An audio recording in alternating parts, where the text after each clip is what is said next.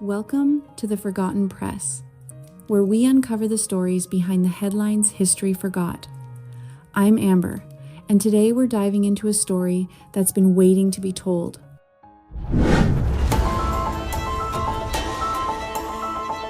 June 24th, 1915, the New York Times runs a headline that should have changed everything. Upholds Horovitz cancer treatment. Dr. W. Homer, Axford reports successes. 1 death in 200 cases. 1 death in 200 cases. At a time when a cancer diagnosis was a death sentence, a doctor from New Jersey stood before the medical society and reported numbers that no one had ever seen before. The story hit the wire services the same day. Washington, New York, Virginia, Oregon, 8 newspapers carried the same impossible claim. More than 200 patients at the New York Polyclinic Hospital, cases so far gone they'd been sent for X-ray as a last resort, and only 1 had died. In a separate group of over 30 patients treated with nothing else, no radiation, no surgery, no vaccines, 0 deaths, most were discharged as cured. This is the story of what happened next, and why you've never heard of it. The story begins in Hungary, sometime around 1910.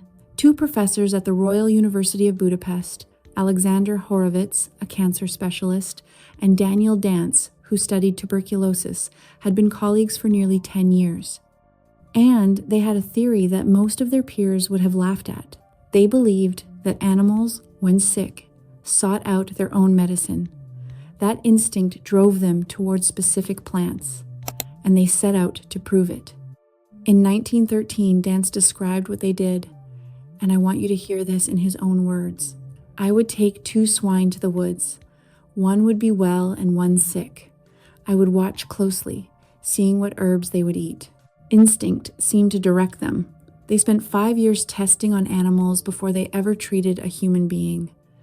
And then, around May of 1913, Horovitz and Dance boarded a ship for America. They arrived at the invitation of a man named Charles Biczak, who lived at 223rd Street in Passaic, New Jersey, and almost immediately they began treating patients. Their first American patients were not ordinary people. One was a sitting United States Congressman, Robert Bremner, who had cancer. The other was the local postmaster, D.W. Mahoney, who had throat cancer. Both were treated at St. Mary's Hospital in Passaic. But within months, something went wrong between the 2 professors. Dance, the tuberculosis specialist, left the partnership. He disappeared from the record entirely. No one knows what happened to him.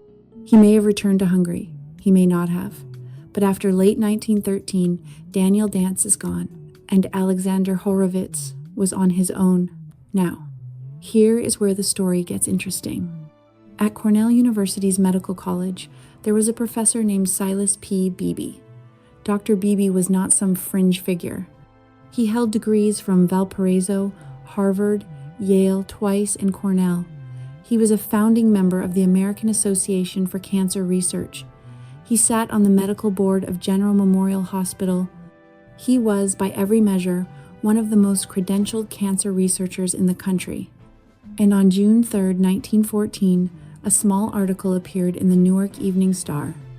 It reported that Dr. Silas P. Beebe had arranged for Mr. Horovitz to treat certain cases in New York. Beebe sought out Horovitz, not the other way around. Think about what that means.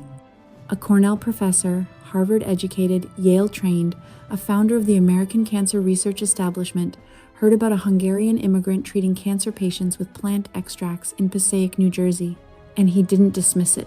He went to him.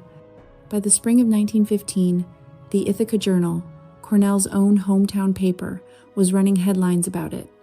Cornell experts impressed by new cancer cure.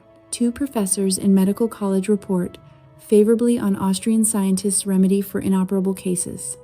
The folk remedy from the Hungarian forest had entered the institutional pipeline, and they brought in a 3rd doctor to help run the experiments. His name was William Homer Axford.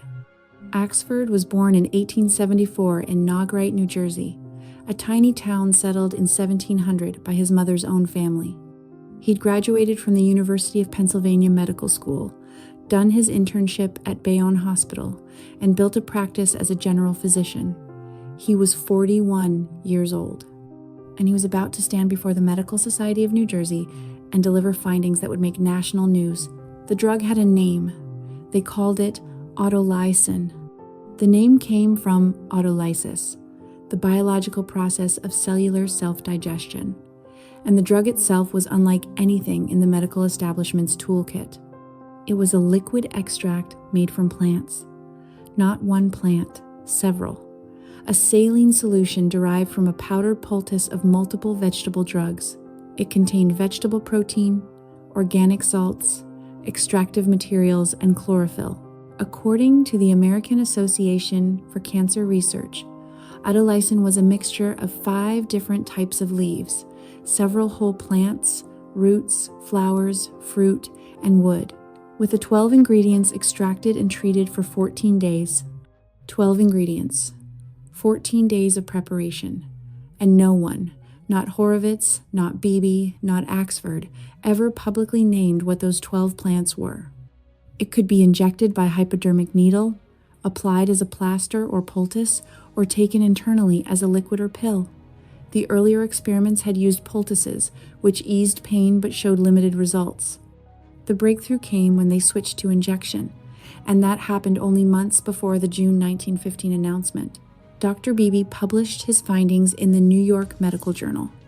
A preliminary statement in May, followed by a more detailed article in October, a new method for the treatment of inoperable cancer. The word autolysin appears 40 times in that volume, but Beebe was careful. He never called it a cure.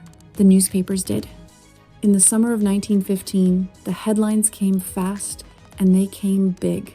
Curative treatment for cancerous growth. Evening Star, Washington, D.C.